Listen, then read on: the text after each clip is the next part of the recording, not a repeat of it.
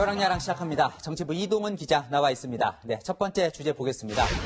그러니까 이 박원순 서울시장이 농사꾼이고 이재명 경기도지사가 사냥꾼인가 본데 네. 뭐 이유가 있겠죠?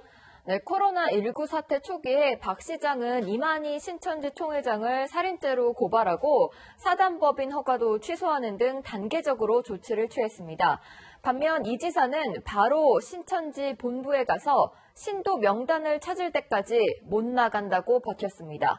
박 시장은 차근차근 일을 하는 농사꾼 같고 이 지사는 적극적으로 나서는 사냥꾼 같다는 평가가 정치권에서 나옵니다.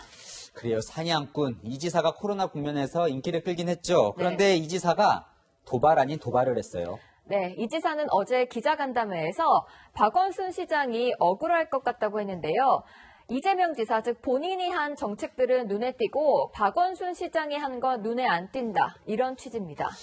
뭐 들으면 이 박 시장은 기분이 좋을 리가 없겠는데요? 네, 그렇습니다.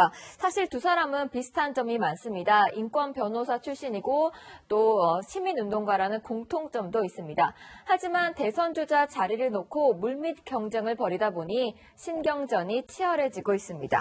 그러게요. 이 정책을 두고서도 이 두 사람이 최근 사사건건 대립을 하고 있죠. 네, 복지정책과 관련해서 이 지사가 전국민 기본소득을 밀자 박 시장은 현실성이 없다면서 전국민 고용보험이 더 필요하다고 맞서고 있습니다.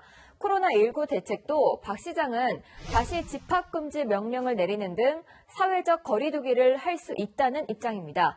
반면 이 지사는 사회적 거리두기는 엄포나 쇼다, 지금은 장기전으로 가야 한다고 했습니다. 가장 관심은 역시나 지지율일 텐데 차이가 많이 납니다. 그죠? 네, 여론조사 결과 보시는 것처럼 이 지사는 지지율 12%로 2위를 기록했고요. 박 시장은 1%에 불과한 걸로 나타났습니다. 하지만 지난 4월 총선에서 박원순계로 분류되는 의원들이 꽤 많이 국회 입성에 성공했거든요.